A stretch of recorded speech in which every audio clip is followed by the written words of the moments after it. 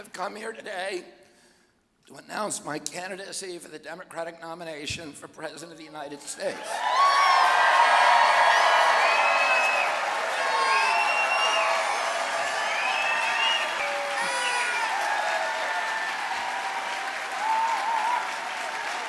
And my mission over the next 18 months of this campaign and throughout my presidency will be to end the corrupt merger of state and corporate power that is threatening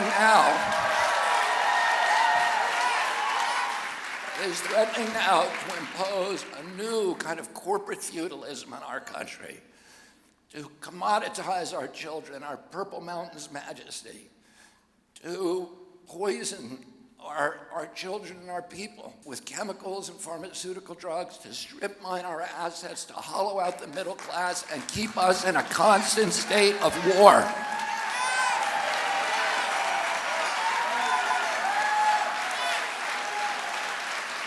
Now, I want to start by, first of all, by thanking my wife, Cheryl Hines.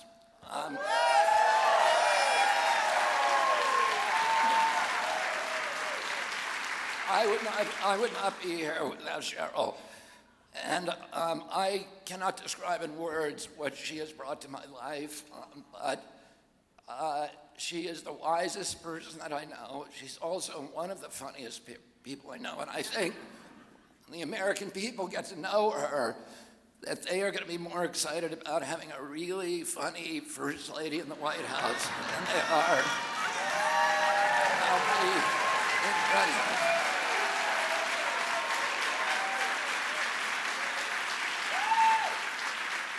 I also want to thank all my family members who showed up today. My children, Bobby, Kik, Amaryllis, Connor, Kira, Finbar, Aiden. Did I leave any out? I told them to wear name tags, and I can't see them from here. And then, and Kat, and a cat. So that's my grandchildren, Zoe and Cassius and Bobcat, my brother Douglas, my sister Courtney, my nephews Bo and Billy Birdsall and Riley and George and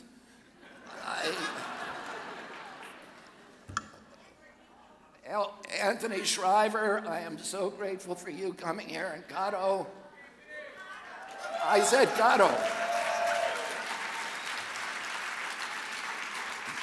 Okay.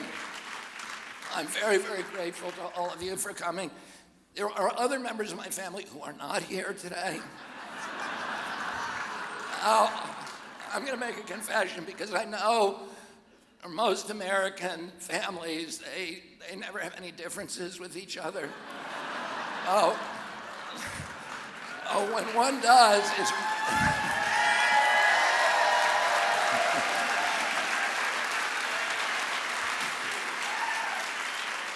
So when that happens in a family, it's really huge news, like everywhere. And, but I want to just say this. I'm very grateful that many of the families who disagree with what I'm doing today, many of the family members have taken the time to write me beautiful letters of love this week, to send me emails, to make telephone calls to me. And I bear no ill will or any kind of disappointment to any of them. They have different views of the politics in this country.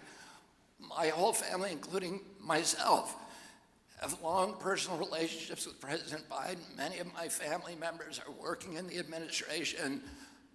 Many of them also just plain disagree with me on issues like censorship, on war, on public health, and they are entitled to their beliefs, and I respect their opinions on them, and I love them back. And my hope,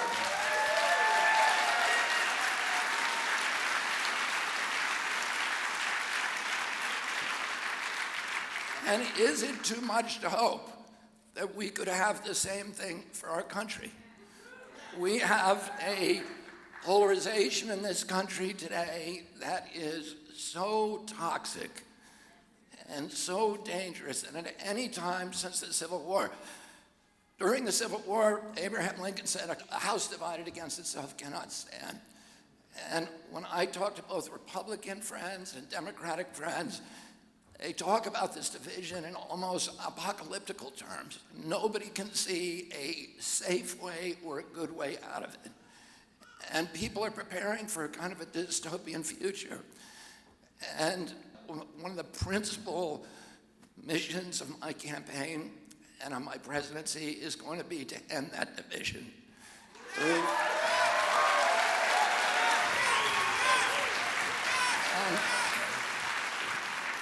And I'm going to try to do that by encouraging people to talk about the values that we have in common rather than the issues that keep us apart. I'm going to do that by telling the truth to the American people.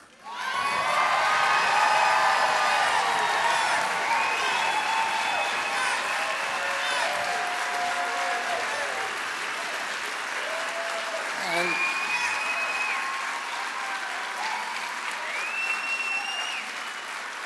because that is the core.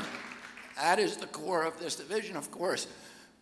When we fight each other, when blacks fight whites and Republicans fight Democrats and rural fights urban, the people, that merger of corporate power that sits at the top, is loving the fighting between us, among us, so that they can strip mine our country. And the thing that keeps us, the reason truth is so important, when I was a little boy, nobody in this country would dream that our government would ever lie to the American people. In fact, and that's not a joke, nobody believed it back then.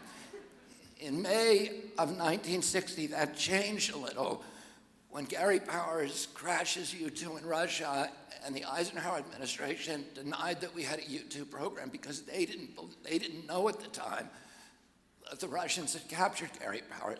And when the Russians produced them, it was a shock to the American people that their government had lied to them. And then in 1970, during the Vietnam War, of course, we all began to suspect that we were being lied to. And in 71, when the Pentagon Papers came out, we realized, oh, this is what they do. My father, just before he died, told me very sadly, people in authority lie. And the government now lies to us. We all know it. We take it for granted.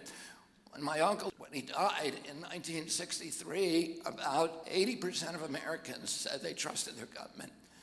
Today, 22% trust their government, and 22% trust the press, the lowest level ever. The media is at the lowest neither because we know the media lies to us now, and everybody knows that.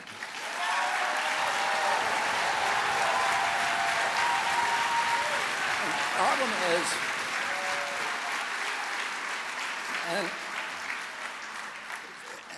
and the problem is that when there's sources of information that we're always used to and that we need to rely on in democracy, when they start lying to us, Americans look for other sources because they know they're being lied to, and they look for other sources of the truth. And when the corporate captive media and the corporate captive government sees other sources of truth, they have to brand those misinformation because they threaten their paradigm. They threaten that orthodoxy. And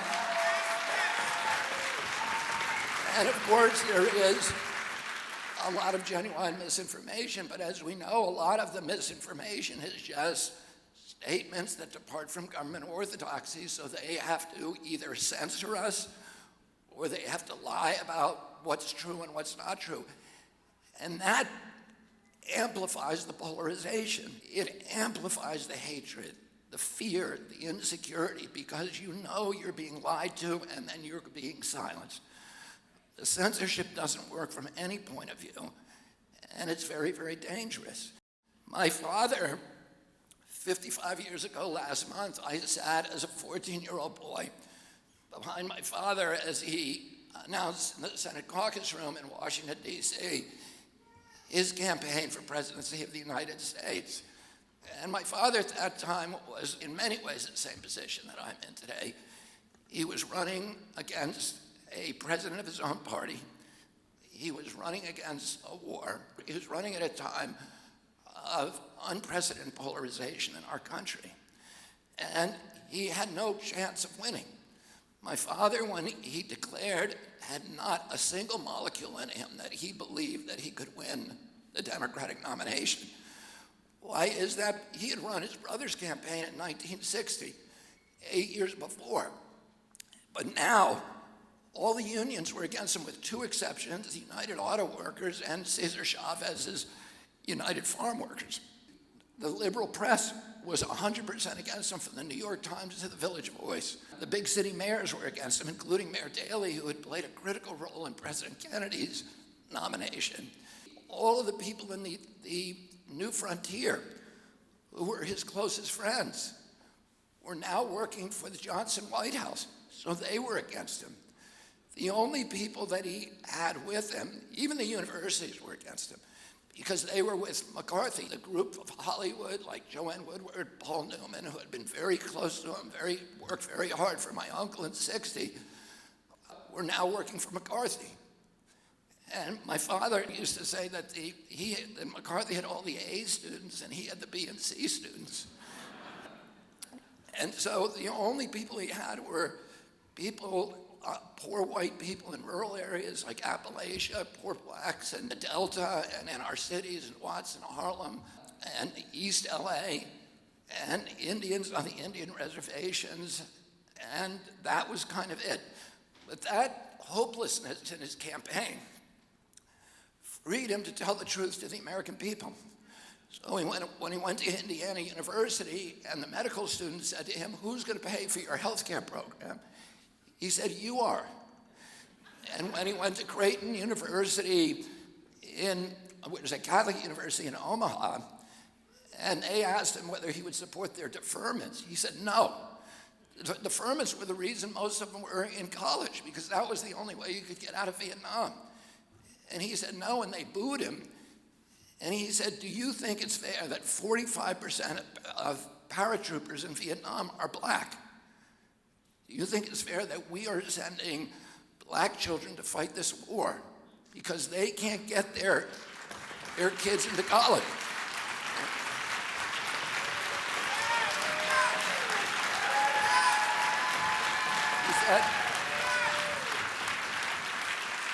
He said, "I can get my 10 kids into college and get them out of the war if I want to. But do you think that that is consistent with your Catholic values at this university?" And when he ended, they gave him a standing ovation. When he went to Watts and he talked about the importance to the black community of abiding with the law, they applauded him. When he went to the University of Alabama, which he had forcibly integrated by federalizing the National Guard with United States troops 5 years before, he talked to them about the enduring importance of civil rights. They applauded him. When he went to the University of Kansas and gave a speech to 20,000 people and the kids in the auditorium, who were all corn-fed, Midwestern, pro-military, pro-Vietnam, and he talked to them for an hour about the progression of the Vietnam War. And at the end of that, the applause was so thunderous that Jack Newfield, who was one of the reporters who was with him that time, said it felt like the roof was coming off of the auditorium. The students rushed the stage. They were throwing chairs. They just wanted to hear the truth. That's it. And the day he died, he won the California primary, the most urban state in this country, and the same day the South Dakota primary, the most rural. He had succeeded in uniting America and building that bridge just by telling people the truth.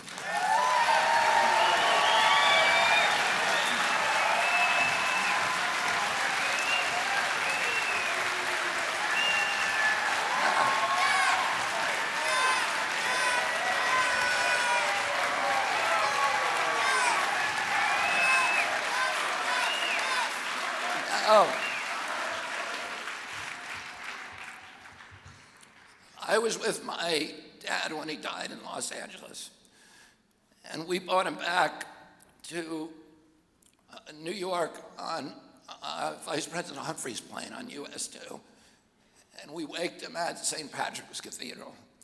And then we brought him from Penn Station in New York to Union Station in Washington, D.C.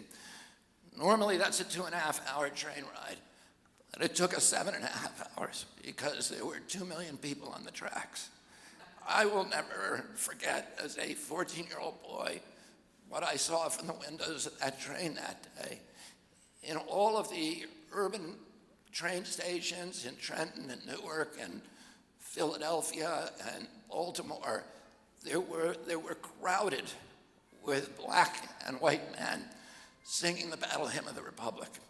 In the countryside, there were white people in military uniforms. There were blacks. There were rabbis and priests.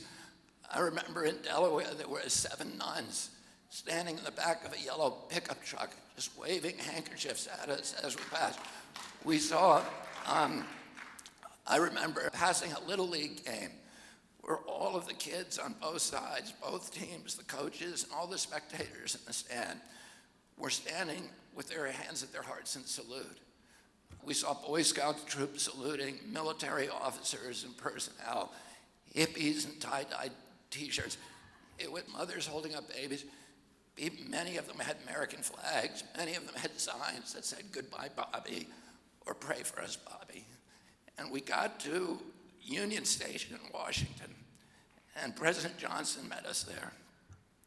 And we drove my father's body up past the mall in Washington. And 3 months earlier, my father had communicated with Martin Luther King, and they decided to partner with Marion Wright Edelman, who was one of my father's aides, to organize. They saw that the Vietnam War was destroying the war on poverty. It was sucking all the money, and Johnson essentially had to pull the plug on the war on poverty. And my father told Martin, the poor are never going to get rights in this country until they start politically participating. Let's do a poor people's campaign like we did 5 years before with the Civil Rights Campaign. Bring them all to Washington.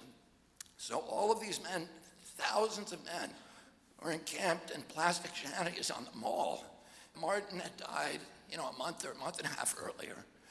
Now my father was dead.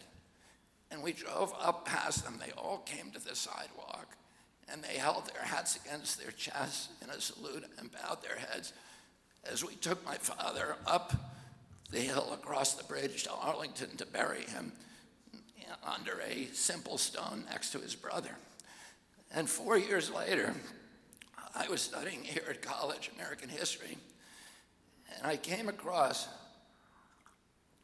demographic data that showed that most of those white people who had lined that train track and who had supported my father in the primary in 1968, 4 years later in 1972, they voted not for George McGovern, who was very closely aligned with my dad, but instead for George Wallace, who was an ardent segregationist, who was antithetical to everything my father believed in. And it occurred to me then, and it struck me many times since, that every nation, like every individual, has a darker side and a lighter side, and that the easiest thing for a politician to do is to appeal to our anger and our bigotry and our hatred and our greed and all the lower angels, the darker angels of our character. And that once in a while we get a political leader who tries to do successfully what my dad did, which is to talk to people in a way that gets them to transcend their narrow self-interest, gets them to transcend their fear and their bigotry and their anger, and see themselves as part of a community, sees themselves as part of a noble experiment, and helps them to find the hero that we all have in each of us. And my father tried to persuade people that we have to avoid the seduction of the notion that we can advance ourselves as a people by leaving our poor brothers and sisters behind, or that the only way we can get security is to get rid of our constitutional rights. And he tried to remind Americans that we each need to be a hero, and he succeeded in doing that. And his trail, unfortunately, was cut short. I spent 35 years as an environmental advocate. And at the beginning of my environmental career, end of 1983, the beginning of 1984, a man who was a mentor of mine offered me a job doing high-level environmental policy in Washington or New York, or another job that was kind of doing large purchases of conservation land. And I didn't want to do that kind of environmentalism. I wanted to be in the trenches, working with people, and engaged in hand-to-hand combat against the big polluters. And I wanted to particularly work with people who were most harmed by environmental injury, but also were alienated or marginalized from the mainstream environmental community. My first case as an environmental lawyer was representing the NAACP in a lawsuit against Austining, New York, for trying to put a waste transfer station in the oldest black neighborhood in the Hudson Valley. And I found out during that lawsuit that 4 out of every 5 toxic waste dumps in our country is in a black neighborhood. The largest toxic waste dump in this country is Emile, Alabama, which is 85% black. The highest concentration of toxic waste dumps in this country is the south side of Chicago. The most contaminated zip code in California is East LA. And black youth, probably the largest at that time problem with black youth, was that 48% of them had dangerous levels of lead in their blood. And that lead dramatically reduces IQ and also causes severe behavioral problems. You know, I spent a lot of my time over the next 30 years fighting on those kind of issues. I spent summer vacation in jail in maximum security prison in Puerto Rico in 2001 because I had successfully sued the Navy to stop bombing probably the poorest community in our country, the people, the black and brown people who live on the island of Vieques, who are American citizens, but they are not treated that way.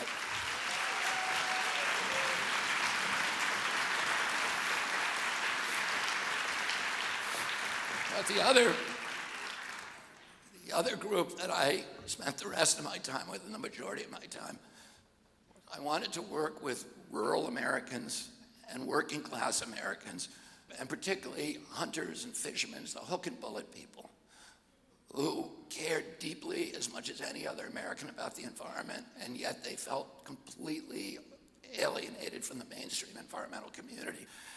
So I spent my career working for a blue-collar coalition of commercial and recreational fishermen who mobilized on the Hudson River in 1966 to reclaim the river from its polluters. And over the next couple of decades, we brought over 500 successful legal actions against Hudson River polluters.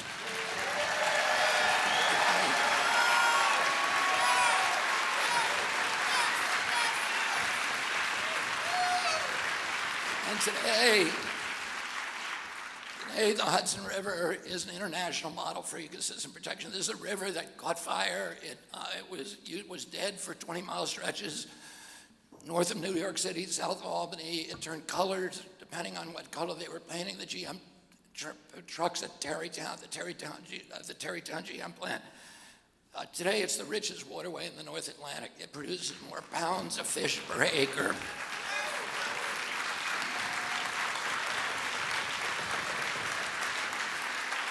And more biomass per gallon than any other waterway in the Atlantic Ocean north of the equator. And the miraculous resurrection of the Hudson has inspired the creation of river keepers, water keepers, now 350 of them in 46 countries. We're now the biggest water protection group in the world.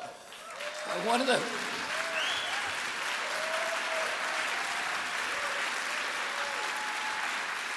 But the story of the Hudson also has a sad ending because General Electric Company dumped its PCBs into the Hudson to save money at its capacitator plant. And the PCBs, although they've spent $1 billion trying to get them out, there's another $3.5 billion that nobody's ever going to pay.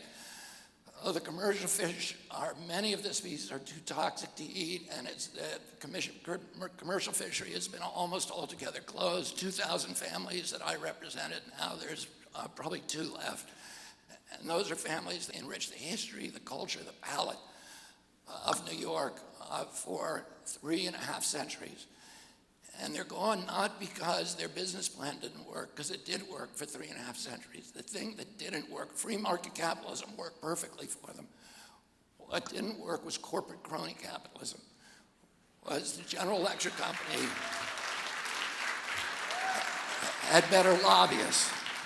General Electric did not have a better business plan, it just had better lobbyists, so it was able to escape the discipline of the free market, corrupt public officials, dump its PCBs in the river, put my fishermen out of work, and everybody in the Hudson Valley now has General Electric's PCBs in their flesh and organs. That's what corporate crony capitalism does. One of the things that I learned from the fishermen is that there's no daylight between good environmental policy and good economic policy. And you'll hear this mantra, this trope from the big polluters and their indentured servants on Capitol Hill, that we have to choose between economic prosperity and environmental protection. And that's a false choice. In 100% of the situations, good environmental policy is identical to good economic policy.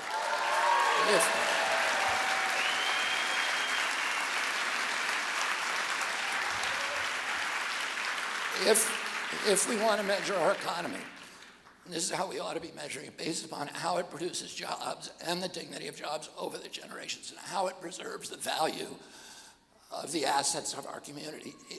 If, on the other hand, we want to do what the big polluters are urging us to do, which is to treat the planet as if it were a business in liquidation, convert our natural resources to cash as quickly as possible, have a few years of pollution-based prosperity, we can generate an instantaneous cash flow and the illusion of a prosperous economy, and we can make a few people billionaires by impoverishing the rest of us.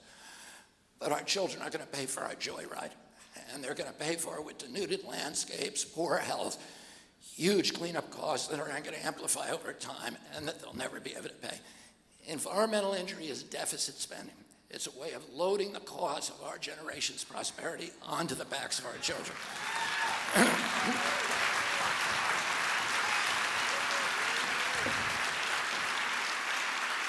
And one of the things that I've done over the past 30 years as an environmental advocate is to constantly go around and confront this argument that an investment in our environment is a diminishment of our nation's wealth. It doesn't diminish our wealth. It's an investment in infrastructure, the same as investing in telecommunications or road construction. It's an investment we have to make if we're going to ensure the economic vitality of our generation and future generations.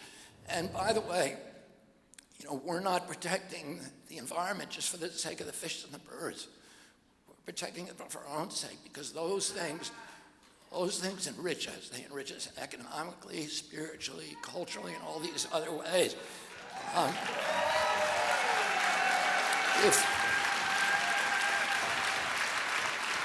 If we want to meet our obligation as a generation, as a civilization, as a nation, which is to create communities for our children that provide them with the same opportunities for dignity and enrichment and prosperity and good health as the communities that our parents gave us, we've got to start by protecting our environmental infrastructure, the air we breathe, the water we drink, the wildlife,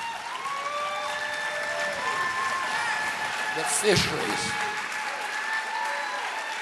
the public lands, those things that are not reducible to private property, but by their nature are the property of all of us, the commons, the commonwealth, the public trust assets, the landscapes, the waterways that connect us to the 10,000 generations of human beings that lived before there were laptops, and that ultimately connect us to God. And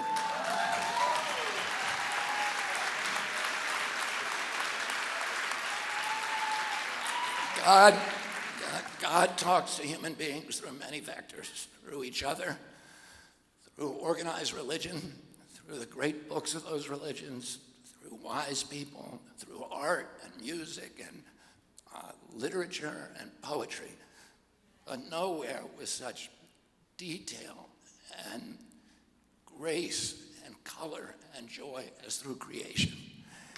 And when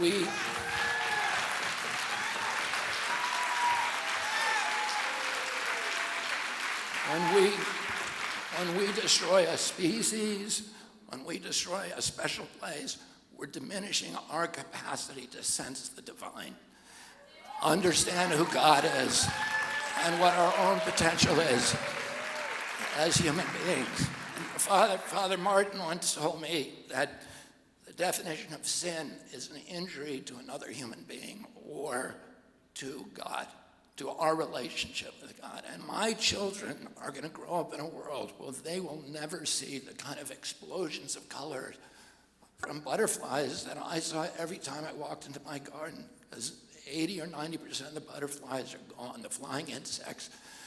They'll never hear the songbirds that I heard because 80% of them are gone. They'll never see the puddles that I saw as a boy, bubbling like cauldrons with tadpoles from salamanders and frogs. They're not going to see that in their lifetime. They're unaware of it. And it's like God is a tapestry and he's talking to us from all of these different vectors. And we're pulling threads out of that capacity. And it is such a crime against our children. And I think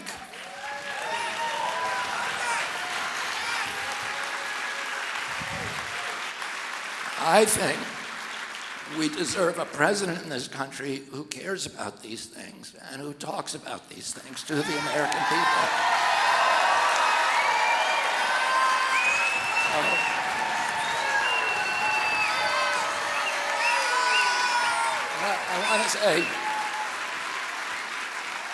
I want to say one other thing.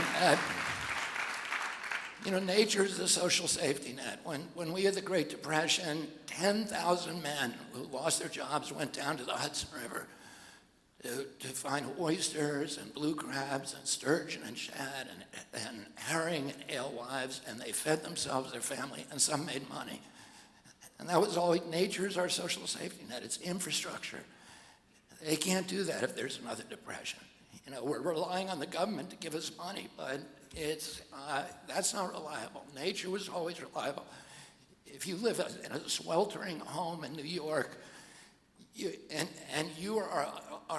have no access to beaches, you can jump on the train and go right up to Croton Point Park and you can bathe in the river and get away from that for a day and experience nature and enrich yourself. You can't do that if the Hudson is polluted. I have a couple of children who have asthma. 1 out of every 4 black children now in urban areas has asthma. The asthma events are triggered by bad air days, by ozone and particulates. It's coming mainly from coal-burning power plants. So those plants, General Electric Company privatized the fish in the Hudson River. They privatized the river to make profits for themselves through corruption. Those coal generators are privatizing the air in my children's lungs. And we have to understand that it is an act of theft. Pollution is a subsidy and it's an act of theft. I want to move on to another issue that nobody's going to really want to talk about, but I need to.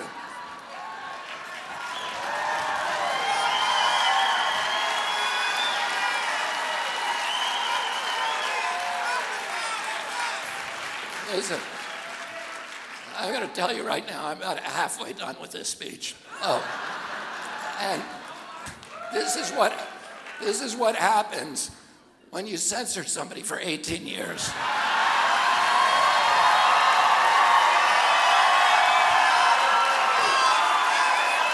I got a lot to talk about.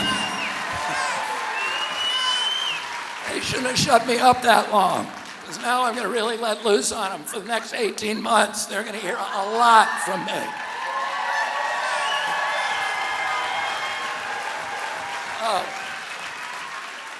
I'm going to talk about lockdowns. And nobody wants to talk about it. But we need to understand, I grew up at a time, most of my life was at a time that economists call the Great Prosperity. It's when the American middle class between 1945 and 75 grew to be the biggest economic engine on the face of the globe. I mean, we were the economy in the globe. We made everything, and everybody looked to us, not only for goods, but for moral leadership. And we became the most powerful country in the world, unrivaled. And it was because, and we had a stable democracy with institutions that people trusted, a press that told us the truth. You know, everybody knows it's an economic and political economic rule. You cannot have democracy in a society where there is high concentrations of wealth and widespread poverty. You need a middle class, or you don't get democracy. And that is a law. That is a law. You cannot do it. You cannot do it unless you have a big middle class, and we had that. But since the early 1980s, there's been a systematic attack on our middle class. And the coup de grace was the lockdown. The lockdown was the biggest shift in wealth in human history. And I'm going to tell you about that in a second. And I blame President Trump for the lockdown. Now, a lot of people say, and President Trump gets blamed for a lot of things that he didn't do, and he gets blamed for some things that he did do. But the worst thing that he did to this country, to our civil rights, to our economy, to the middle class in this country, was the lockdown. Now, President Trump, in fairness, let me just make this point, will tell people, well, the lockdown wasn't my idea. It was my bureaucrats rolled me on it. I was saying we shouldn't do it. But that's not a good enough excuse. He was the President of the United States. And as Harry Truman said, the buck stops here. On May 2nd, 2020, 600 doctors signed a letter to President Trump begging him not to allow the lockdowns. And they said because at that time, all of the pandemic protocols anywhere in the world, the WHO, CDC, everywhere, the European Health Agency, all says you never do mass lockdowns. It causes much worse havoc and deaths and injuries than if you do the standard protocol, which is you lock down the sick, you protect the vulnerable, and you let everybody else go back to work. Otherwise, you are going to wreak havoc. And of course, you know, and I wrote about it for the, you know, on Instagram. I was writing every day.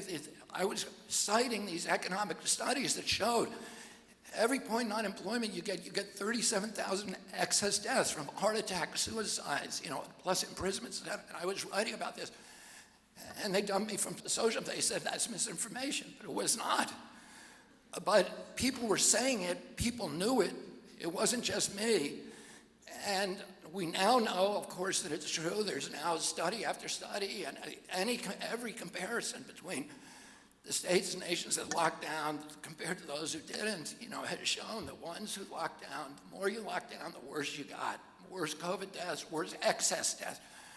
Sweden's numbers came out this week. Sweden was the only country in Europe that didn't lock down. It had the lowest excess deaths in Europe, which is very predictable.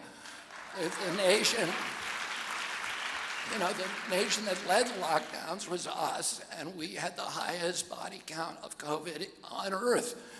We have 4.2% of the world's population. We had 16% of the COVID deaths. At some point, even the media is going to have to say, stop saying this was a success story. But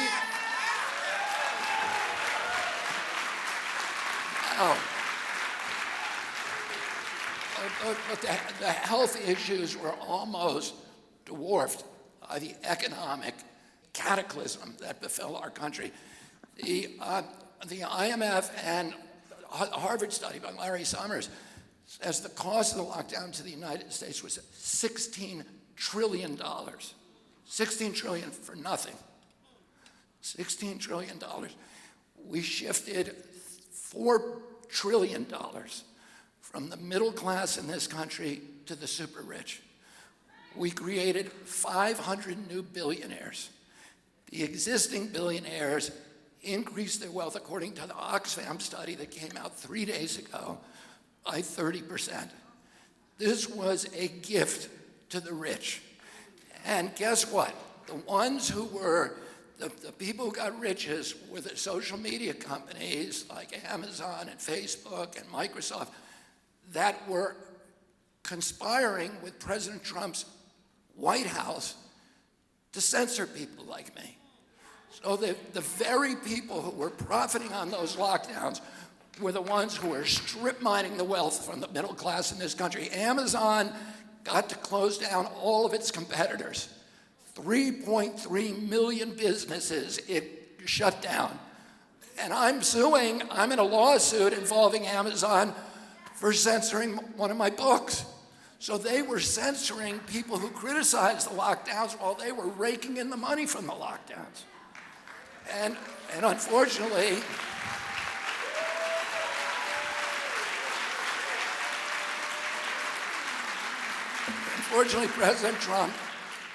President Trump's White House was colluding with them. 41% of black businesses shut down, most of them permanently. I want to introduce you to somebody.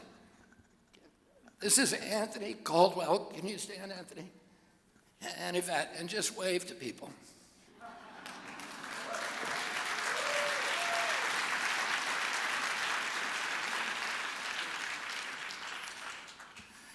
And Anthony Caldwell is from Boston.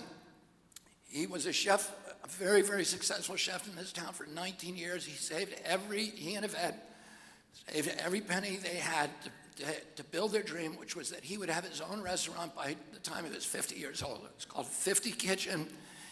It was the hottest spot in Dorchester, which is the town that my grandfather and grandmother lived in. They were turning away crowds. Boston Magazine called him a culinary genius. It was a mix of Asian fusion food with soul food. And then the lockdowns came. And Anthony told me the customers were gone. He was looking out the window, staring out all day with the chairs stacked in his dining room, and no customers. The federal government gave him $17,000. But they told him he had to spend it all within 8 weeks, or he had to pay it back. And he said to me, "How do I spend $17,000 with no customers?" And he had to let go 7 of his servers finally. He kept it open for a year without paying himself. And then he closed it down and went bankrupt. And he owes $250,000. And that story can be told thousands upon thousands upon thousands of times in black communities all over this country.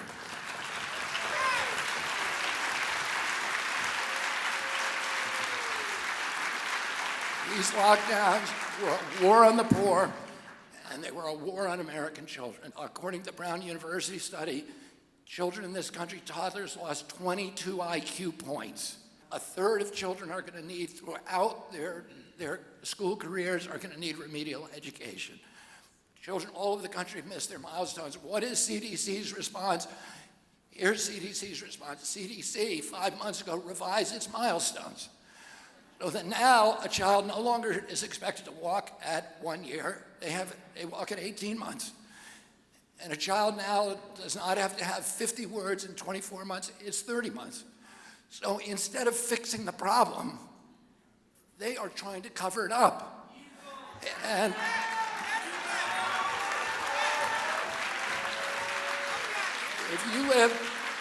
the only indicia of social decline that it actually improved was that during the pandemic, child abuse dropped. It was just an artifact of data gathering. Why? Because child abuse is reported by the schools. And the schools were closed. And the kids were locked at home with their abusers. 55% of teenagers report being abused during the lockdowns. 13% physically abused. It was also, the schools were the places where people had hot lunches, where kids stayed at home watching screens or not, eating potato chips, we gained on average 29 pounds.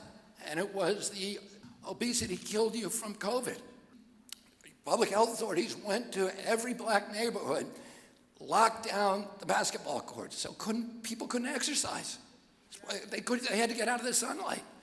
If they couldn't lock down the courts, they removed the basketball hoops. All of us suffered from it, all the communities, but the black communities, the minority communities suffered the worst. 25% of teenagers reported going hungry. 20% had suicidal ideation. 9% tried to commit suicide. Suicide is now the largest cause of death among black children. Oh, these are just some of the horrifying data, and I could go on and on, but I'm not going to. I want to talk about another issue, which is the close down of our rights. Not only did we start censoring people at the very, very beginning, and you know, Hamilton, Madison, Adams said we put freedom of expression in the First Amendment because all the other all the other rights depend on that. If you give a government license to silence its critics, it now has license for any atrocity. So as soon as they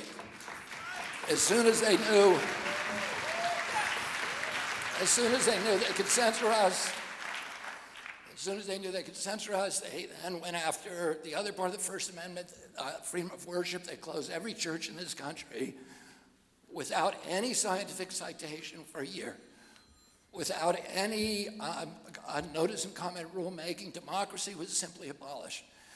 They then went after freedom of assembly. They told us we had to social distance. They went after our property rights, the Fifth Amendment. They closed 3.3 million businesses with no due process, no just compensation. They got rid of Seventh Amendment jury trials. They said if you're involved with a countermeasure, no matter how egregious the injury you caused, no matter how negligent you were, no matter how reckless, you cannot be sued.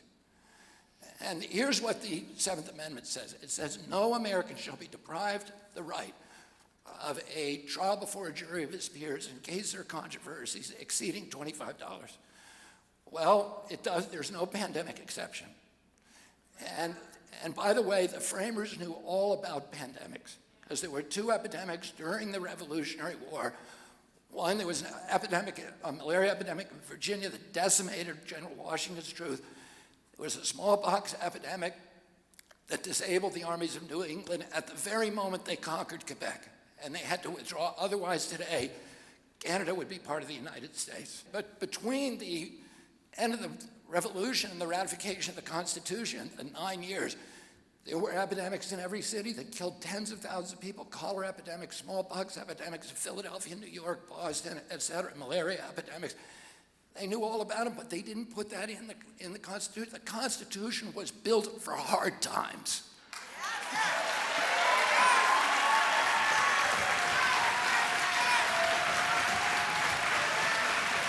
It wasn't built for the easy times. It was built during the Civil War. There were 659,000 soldiers who died in the Civil War. That's the equivalent of 7,200,000 today.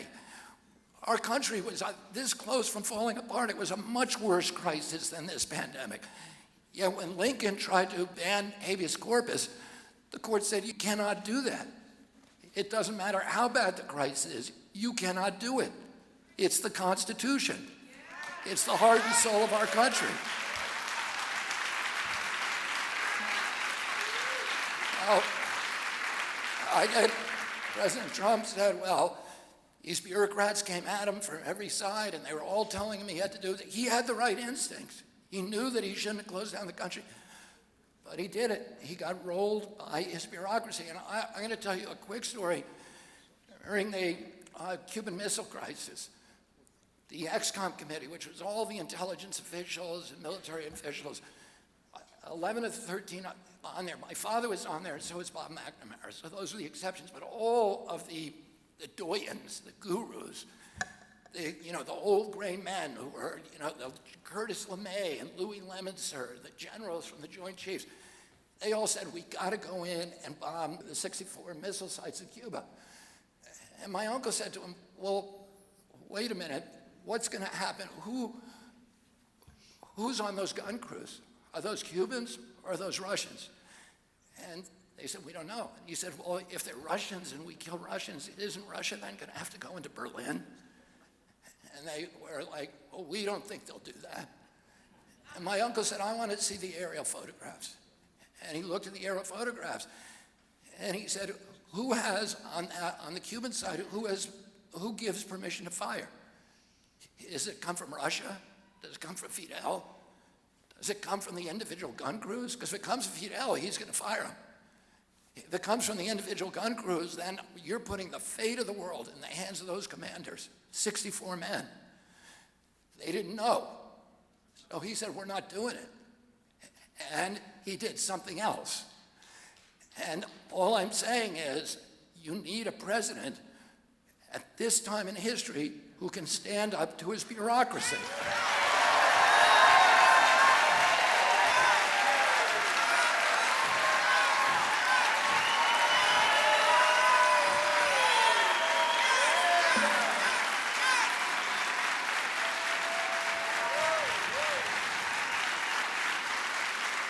Because the bureaucrats, the bureaucracies are owned by the industries. I'm talking about, NIH and EPA and CDC and FDA and DOT. A train track wreck would not have happened in East Palestine except we have a captive agency at DOT. Our food is terrible because the food companies and the pesticide companies own USDA. We're in constant wars because the military-industrial complex, the big contractors, own CIA. Now, I want to make this clear. I do not believe that everybody at CIA is a bad person. My daughter-in-law, Amaryllis, who is one of the top officers on this campaign, spent her entire career as a clandestine agent for the CIA as a spy in the weapons of mass destruction program in some of the most dangerous parts of the earth. And I've never met anybody with such courage. And that's how most of the 22,000 people at CIA are. They're people who are patriots, they're people who are good public servants, and they're people of enormous courage and idealism. And that's the same with most of our agencies. The problem is the people who end up rising in those agencies generally are people who are in the tank with industry. And that's how they get corrupted. And one of the things that I can do, I think, better than any other political candidate is I know how to fix them because I've spent so much time litigating and studying these agencies. Now, I want to talk about one last subject. Let me do two little subjects here.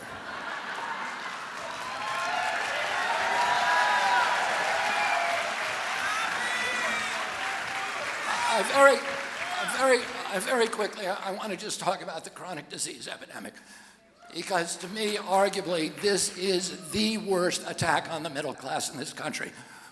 We have the worst healthcare system in the United States of America. What do I mean by that?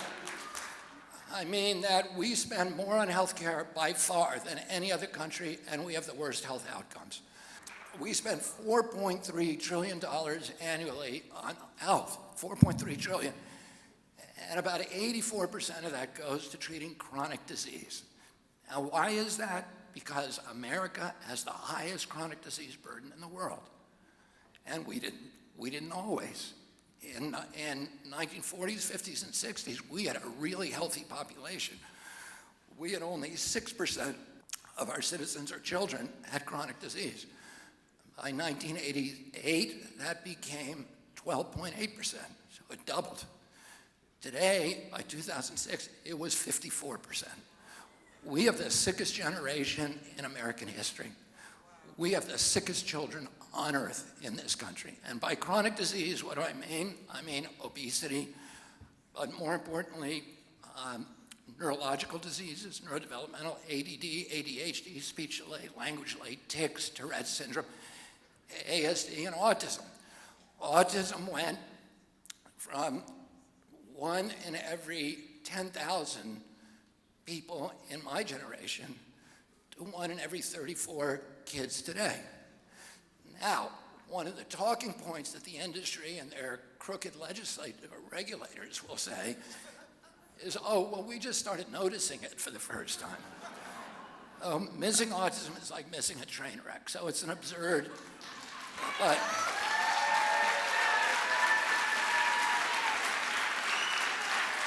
more importantly, there is study after study after study that shows that this epidemic is real. It is not the result of changing diagnostic criteria. It is not the result of better recognition. It is an epidemic. And it's common sense, because if it was changing diagnostic criteria, you'd see people my age with full-blown autism, 69 years old. I have never seen somebody my age with full-blown autism. I mean stimming, toe walking, head banging, non-verbal, non-toilet trained. And I've been around at the spear tip of people with intellectual disabilities my whole life. My aunt founded Special Olympics. I worked in it from when I was a kid. My cousin, my dear cousin Anthony Shriver, is the founder of Best Buddies. This has been in the DNA of my family. I spent 200 hours working at Wasaik Home for the Retarded in the Hudson Valley when I was a teenager. I haven't seen it. Somebody my age who looks like that, and yet in my kids' schools, there are many, many children who look like that.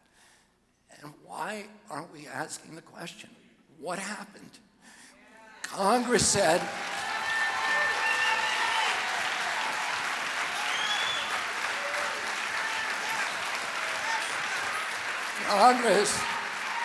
and by the way, there's a report that came out a couple of weeks ago that shows that the cost of autism alone to the American economy will be, just of caring for people as this group now ages, it will be $1 trillion a year by 2040. Oh, the Congress said to EPA, tell us what year the autism epidemic began. And EPA is a captive agency, but it's captive by the oil, coal, and pesticide industry, not by pharma. So it actually came out with an honest study. And EPA said it's a red line 1989. Oh, something happened in 1989, and we know that it is an environmental insult, because genes don't cause epidemics. And the only thing is, we just have to figure out what it is. There's a limited number of culprits of chemical toxins that became ubiquitous around 1989. And so, you know, that's something that NIH is a $42 billion budget. And by the way, it wasn't just those neurological disorders that started then. All these autoimmune diseases started. If you're my age, you never saw anybody with rheumatoid arthritis or juvenile diabetes when you were younger. The allergic diseases, food allergies, peanut allergies, and eczema, anaphylaxis, which now are ubiquitous, are at 27% of our school budgets are now going to special education. This is crippling to the middle class in this country. And we need to figure out what it is. And I can tell you this. When I am the President of the United States, I am going to end the chronic disease epidemic in this country.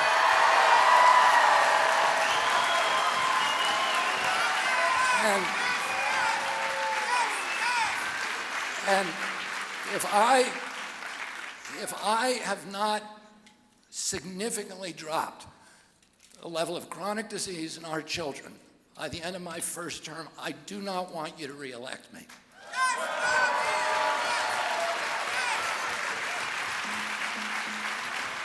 Now,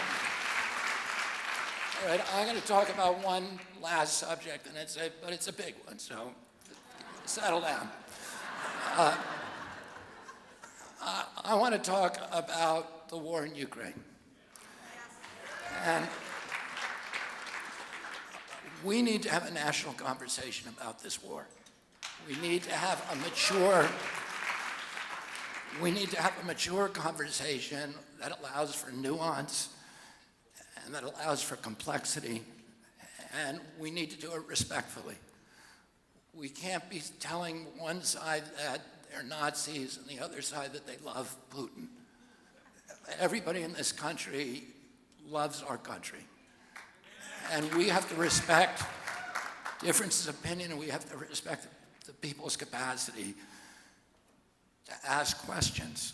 And some of the issues that we need to talk about is, number one, is this war in the U.S. national interest? We just need to isolate that question. And there are, some of the leading pangerums of our national diplomats, let's say Henry Kissinger, Jack Matlock, Larry Wilkinson, who's Colin Powell's chief of staff, they all have said definitively, if you just want to ask, is it in our national interest? It is not. It is not in America's national interest to push Russia closer to China. That is a cataclysm. Number two, it's not in our national interest to do something that could involve us in a nuclear exchange with a country that has more nuclear weapons than us.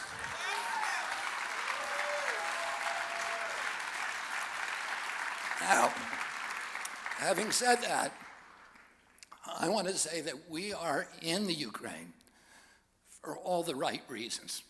We are there because we are a good people. And, Abraham Lincoln said, America is a great nation because we're a good nation. And we continue to be a good people. And we are there because of our compassion, the Ukrainian people who have been brutalized, who have been illegally invaded, and have shown extraordinary valor and courage defending their country and defending, their families and their beliefs and their liberties and their independence, things that Americans have to admire. My own son, Connor, I'm very, very proud that Connor joined the Foreign Legion and fought in the Ukraine and during the Kharkiv offensive as a machine gunner for a special forces group.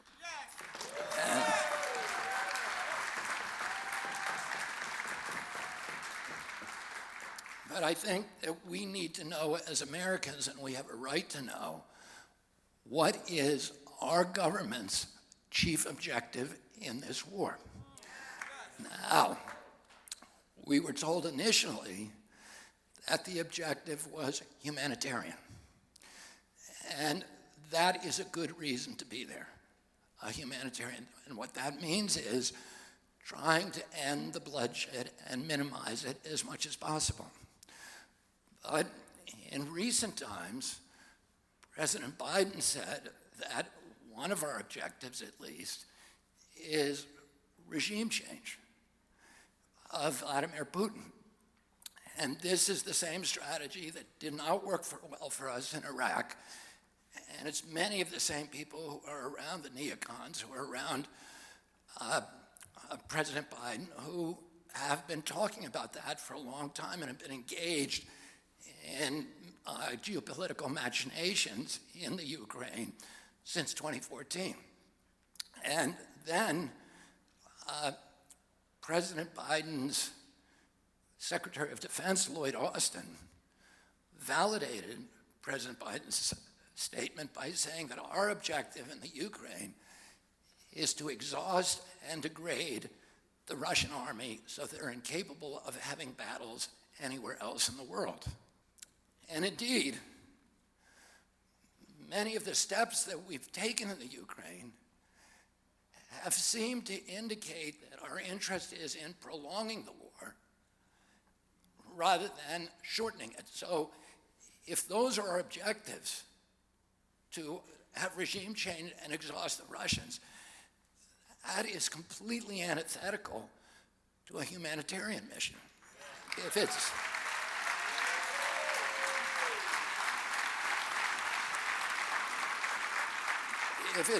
If we're there for a humanitarian mission, it means to reduce bloodshed and bring an end to the war quickly.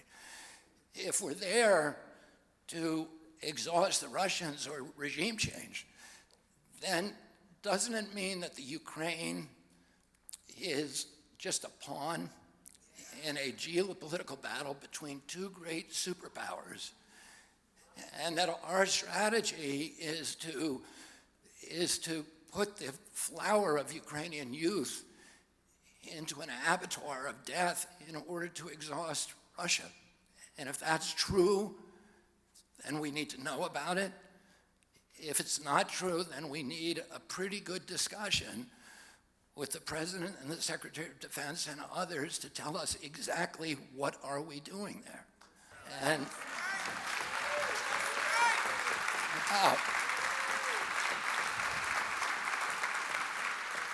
I want to talk just a little about some of the costs of the war. We've now committed $113 billion to the Ukraine. For reference, the entire budget of EPA is $12 billion. The budget of CDC is $11 billion. We have 57% of Americans. We have a crisis here. We have a war on the poor. 57% of Americans cannot put their hand on $1,000 if they have an emergency. 1/4 of Americans go to bed hungry. We have 1.5 million veterans who are living below the poverty line. We have 33,000 veterans who are homeless. We have 23 veterans a day who are killing themselves. The war on the poor is a blood war. I want to introduce you to a friend of mine, an old friend, Keith Amato. Can you stand?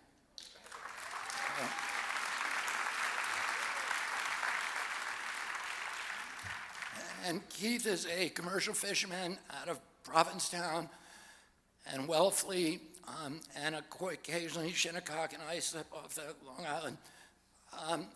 And we have we've known each other for many, many years.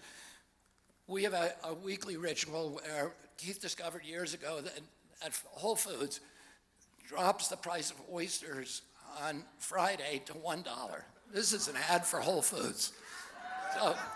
For $1. He knows this because his son-in-law actually owns the Wellfleet oyster bed where the oysters come from. So every Friday, Keith goes and picks up 30 oysters, brings them to my house, and I pay for the oysters. He shucks them, he makes the mayonnaise sauce, and we eat them. And we have an amazing friendship and are very, very close. But Keith is on disability. That does not allow him to work anymore.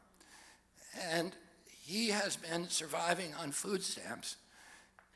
And on March 1st, he got a recorded telephone call from the government saying that his food stamps allocation is going to be dropped next month from $283 a month to $25. 30 million Americans got that phone call. 30 million Americans. The same month, the government announced that it is going to drop Medicare for up to 15 million Americans. The same month, the government announced that it is printing $300 billion extra dollars to pay off the Silicon Valley Bank, to bail it out. And we announced, the Biden administration announced 750 additional millions of dollars that we're going to send to the Ukraine. So we have money for wars, and we have money for bankers that need bailouts. But what happens to the American people when they are on hard times?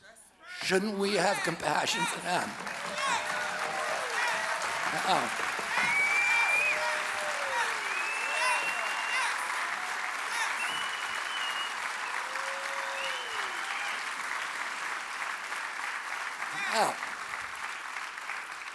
Okay, so let's look at some math. We're borrowing $6 billion a day, our government, to pay off the interest on our debt. $6 billion, we're borrowing it mainly from the Chinese and Japanese in order to pay for the wars and the bailouts and the lockdowns. Now, the wars in Iraq and its aftermath cost us $8 trillion. $8 trillion.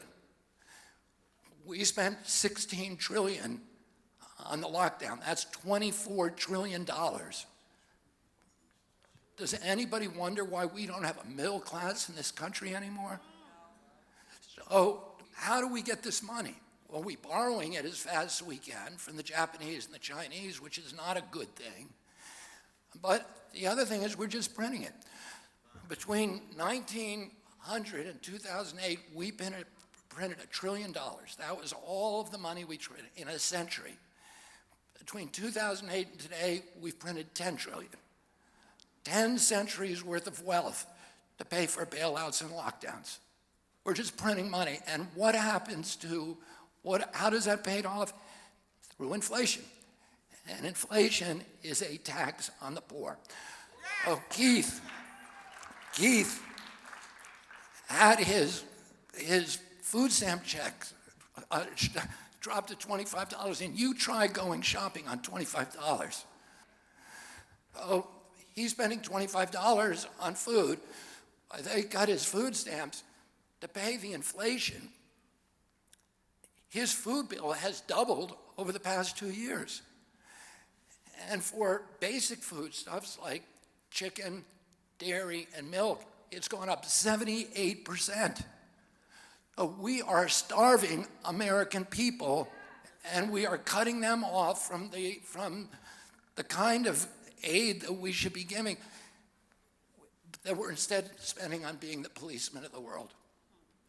We have 800 bases around the world now. We spend $880 billion a year on our military. We were supposed to get a peace dividend. After the Soviet Union collapsed, we were supposed to go from $6 billion to $2 billion. That was a peace dividend. And then we were going to spend the rest, bring it home, and build schools and infrastructure. Instead, we've made up a bunch of foreign enemies and different enemies and things that we got to do to spend more money.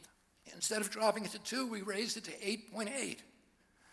So that's where we are. This is what's happening. You know, if you go back to the beginning of our history, our founders made so many clear warnings against Americans getting involved in foreign wars, because they said trying to be an imperium abroad is going to destroy democracy at home. It is going to turn us into a garrison state, a national security state, and a surveillance state. The two are inconsistent. You cannot be an imperial nation abroad and a democracy at home. And John Quincy Adams really spoke for all of the framers when he said, America goes not abroad in search of monsters to destroy. It's something we cannot afford to do in our country. My grandfather, Joseph Kennedy, said, well, we need to build Fortress America. We need to arm ourselves to the teeth at home and make ourselves too expensive to conquer, and then build our economy, because the economy is the source of strength, not bullets and weapons. It's having a strong economy, a strong middle class. Dwight Eisenhower warned against the military-industrial complex and that it would destroy democracy. My father died in his campaign against the Vietnam War. Martin Luther King broke with the civil rights movement on Vietnam, and he said, this has got to be our priority, because you're not seeing that there is a direct link between poverty and violence and oppression at home and war abroad. You cannot separate them. As long as we're making war, as long as our major exports are weapons and war, we will never have a middle class in this country. And my uncle, President Kennedy, his best friend Ben Bradley, asked him, what do you want on your gravestone? What's your epithet? And he said he kept the peace. That's what he wanted. He said the principal job of every president of the United States was to keep our country out of war. And he succeeded in doing it. And he succeeded in doing that. And instead, he started investing in the Kennedy Milk Program and Alliance for Progress, the USAID, to build middle classes in countries so that they could enjoy democracy. He started the Peace Corps because he said he wanted foreigners to know Americans not by military uniforms, but by people who came in their communities to help him. And You know, it's very, very difficult to fairly judge who the best presidents in our history were.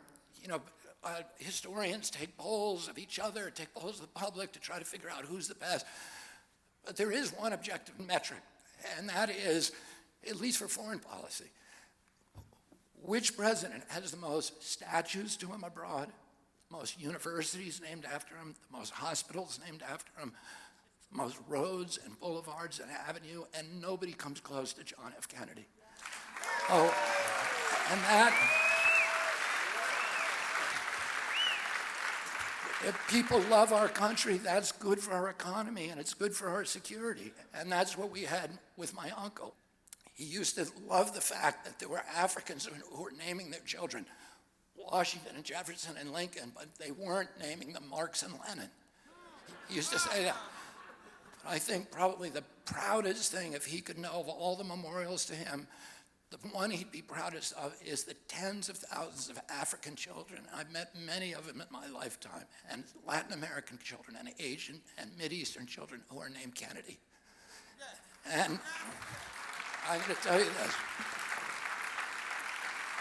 My uncle came into office 2 months later. He was fighting his intelligence apparatus and his military because they wanted to do the Bay of Pigs.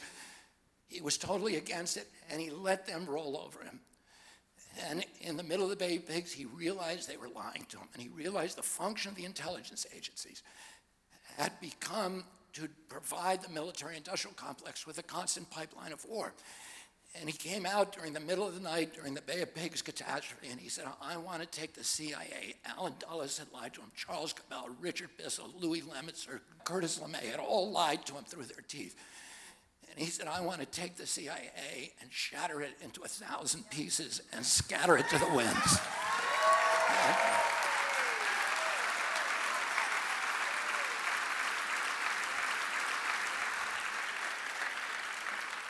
You know, George W. Bush says the worst mistake he made as president was listening to CIA Director George Tenet tell him it was a slam dunk that Saddam Hussein had weapons of mass destruction. And so the neocons and CIA got to go into Iraq and throw out and do regime change. And now we've spent $8 trillion.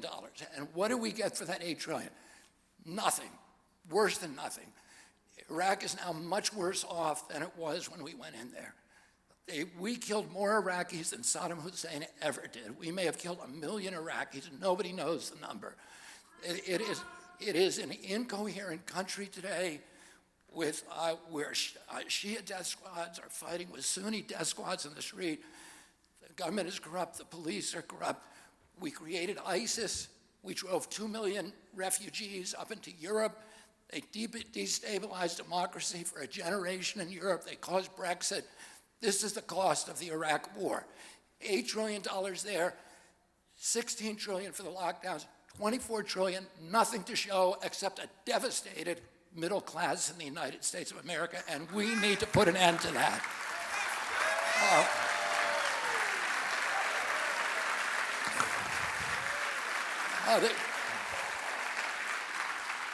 You know, our strategy in this country has been to use military weapons to project power, the military force to project power around the world. And that's how, you know, our strategy to control the world.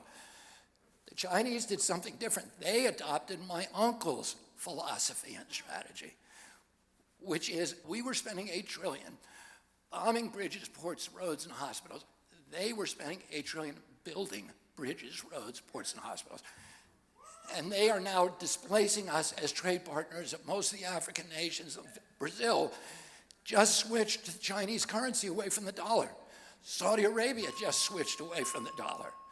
So these are...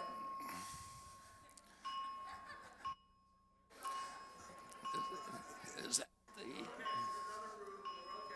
the... Okay, we're okay.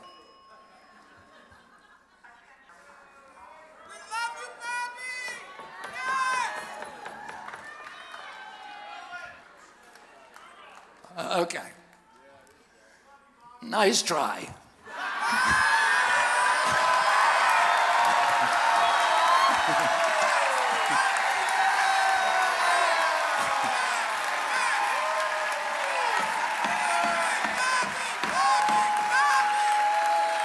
Oh, oh, the Chinese, by being nice guys, have earned goodwill in these countries. Now, Brazil and Pakistan are now switching to Chinese currency away from the dollar. You know what that's going to cost our country? If we no longer have the dominating, the universal currency, $750 billion a year. That's one of these costs of these continual wars that we have to examine. And so Saudi Arabia had last month signed a peace deal with Iran, which is great.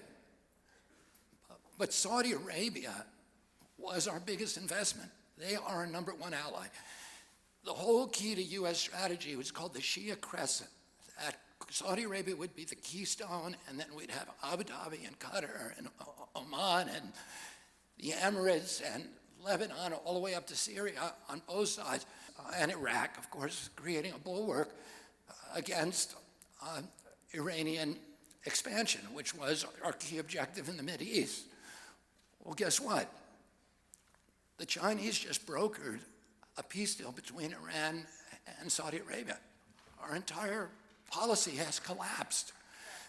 We no longer have a coherent foreign policy. And Mohammed bin Salman said not only this, 2 weeks ago, he lowered oil production during a U.S. recession. It was like a slap in the United States' face. And then he said it out loud 3 days ago. We don't care what the United States thinks anymore. So we've put trillions and trillions of dollars into those nations. With this strategy, the entire American empire just folded. Our entire strategy in the Mideast has utterly collapsed, and our economy is going to follow if we don't do something fast. And I'm going to bring the troops home, and I am going to start. I'm going to close the bases, and I'm going to start investing in the United States middle class in our country, and I'm going to make us an exemplary democracy again. I want to say one final thing, which is, and I'm going to put my cards on the table. I'm not an ideal presidential candidate for normal times. I'm not one of these people who've spent their life saying, I got to be really careful because one day I'm going to be in the White House.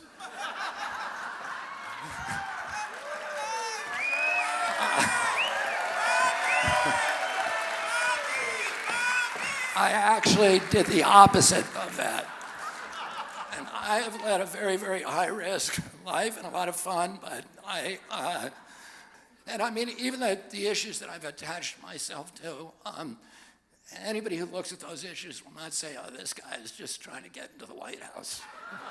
I was trying to get myself out of all my friendships and my political party and everything else. I had a rambunctious youth, and it lasted until my early 60s. And I told my wife the other day, I said, I got so many skeletons in my closet that if they could vote, I could be king of the world.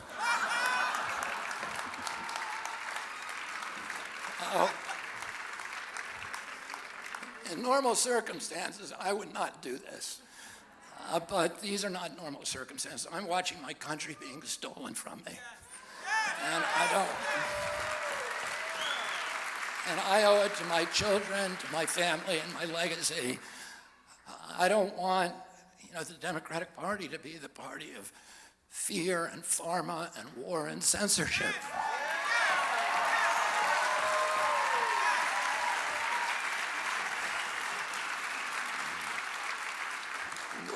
We have to be more than just neocons with woke bobbleheads. We need to stand up to corporations. We need to stand against war. We need to put our children first. We need to stop listening to the large corporations. In many ways, and that's what a Kennedy Democrat is. We need to bring this party back to the party of FDR, of JFK, of RFK, of Martin Luther King, and those values.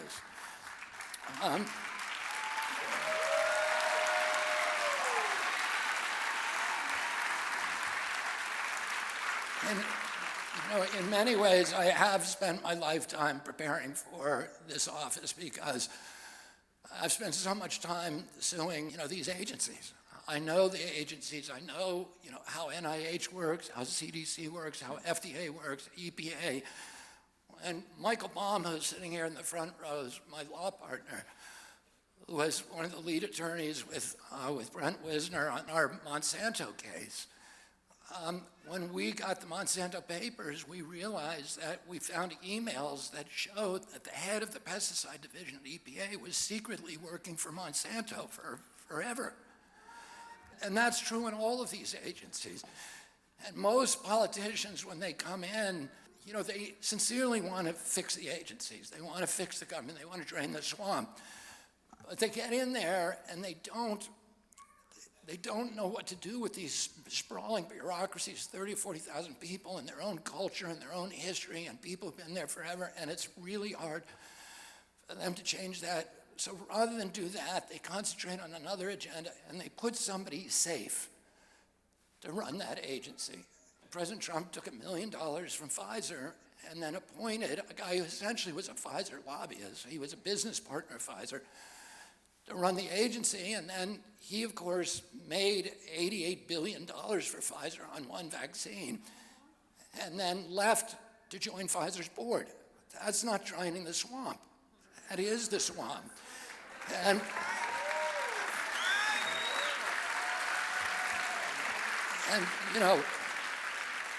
President Biden is the same thing. I know Pete Buttigieg. I like Pete Buttigieg. He's a friend of my family's.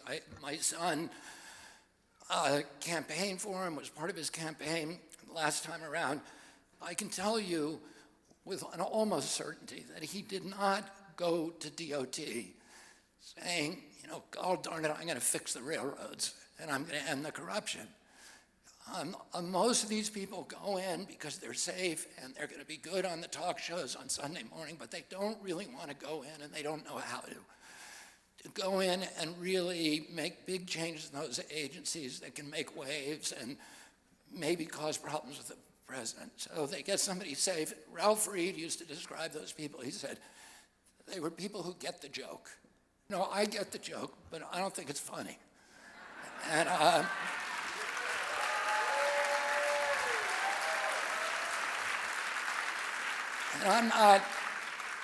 not safe. I am not safe. For the vested interests, I'm not safe. My job is to keep you safe. And that's what I'm going to do. My dad, whenever we traveled, my father would take us to the Indian reservations, wherever we landed. We go, whether we were in Utah or New Mexico, go to Standing Rock or the Navajo reservation, or we go in upstate New York to the Mohawk reservation, all around the country. He would always, when we got to the airport, he would want to go there. And he'd take us there. He loved going to Appalachia. His favorite place in the world was Bedford-Stuyvesant, one of the poorest neighborhoods in Brooklyn. I was on the Bedford-Stuyvesant Restoration on the board for 20 years. He would put us in the back of a station wagon, and he would drive us into southeast Washington. And we would go to the playgrounds there and talk to people.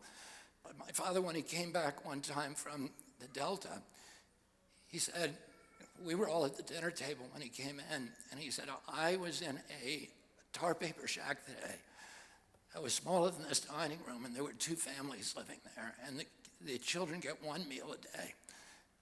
And when you get older, I want you to help those people.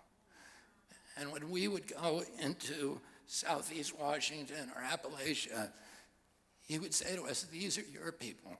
These are Kennedy people. He said, the other people, the big shots, the corporations, the millionaires don't need the Kennedys. They have lobbyists. They have PR firms. They have lawyers. And he said, these are your people. And these are the people you need to spend your life helping. And when I'm president, I'm going to be president for those people. We are going to really take back this country. You give me a piece of ground, and a sword, and I am going to take back this country with your help, the help of all the homeless Republicans and Democrats and independents who are Americans first. Thank you all very much.